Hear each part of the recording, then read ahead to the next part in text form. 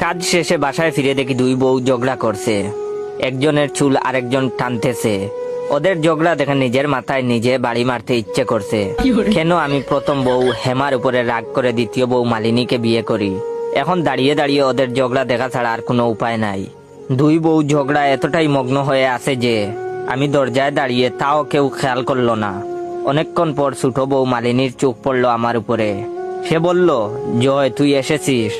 এই বলে আমার দিকে দৌড়ে এলো আর বলল, দেখ এই শয়তান বেটি কি করছে আমার চুল ছিঁড়ে। এই বলে আমায় জড়িয়ে ধরে হাউমাউ করে কান্না শুরু করলো।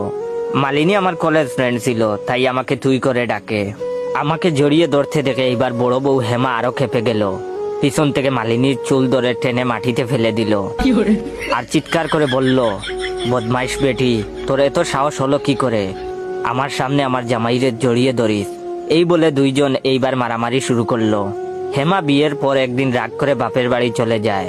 আনতে গেলে বলে, আমি তোমার সাথে যাব না। তখন তারে বলি, না গেলে আরেক বিয়ে করব। হেমা উত্তর দেয়, পারলে করো বিয়ে। তাই বউয়ের উপর রাগ করে দ্বিতীয় বিয়ে করি।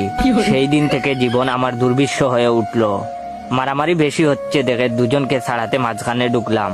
দুজনকে দুদিক নিয়ে জিজ্ঞেস করলাম, কি হয়েছে, ঝগড়া কেন করছো? তখন হেমা বলল, শুনো, আমি তোমার প্রথম বউ, তাই আজকে থেকে তুমি আমার সাথে থাকবে।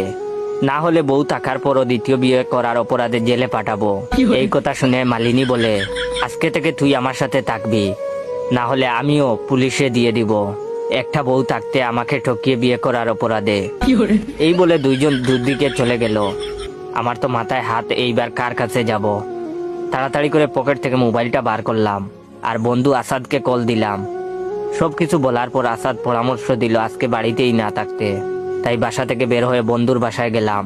বন্ধু অনেক খাতির যত্ন নিল, প্রাণ ভরে রাতের খাবার খেলাম। তারপর ঘুমিয়ে পড়লাম বন্ধুর সাথে, ফোনটা বন্ধ করে, যাতে কেউ কল না দিতে পারে। সকাল 9টার দিকে কেউ এসে দরজা খোলার জন্য শোরগোল শুরু করলো। আসাদ সাহেব বাসায় আছেন? আসাদ চুপ কসলাতে কসলাতে বিছানা থেকে উঠলো। দরজা খুলতেই দেখলো পুলিশ এসেছে। আমিও পুলিশের কথা শুনে তাড়াতাড়ি রুমের বাইরে গেলাম। তখন পুলিশ বলল, আপনাদের মধ্যে জয় কে? পুলিশের প্রশ্নের উত্তর দিলাম, জি আমি। তখন আমাকে বলল, আপনাকে আমাদের সাথে থানায় যেতে হবে, বড় সাহেবের নির্দেশ। সঙ্গে আসাদকেও। থানায় পৌঁছে দেখি আমার দুই বউ বসে আছে। আমি চমকে উঠলাম ওদের দেখে। জিজ্ঞেস করলাম, তোমরা এখানে কেন? তখন থানার ওসি বলে, তারা দুজন এখানে কি করছে তা আমি বলছি। এই বলে ওসি সাহেব আমার গালে একটা চড় বসিয়ে দিল। মনে হচ্ছে ডান পাশের সবগুলা দাঁত নড়ে চড়ে উঠলো।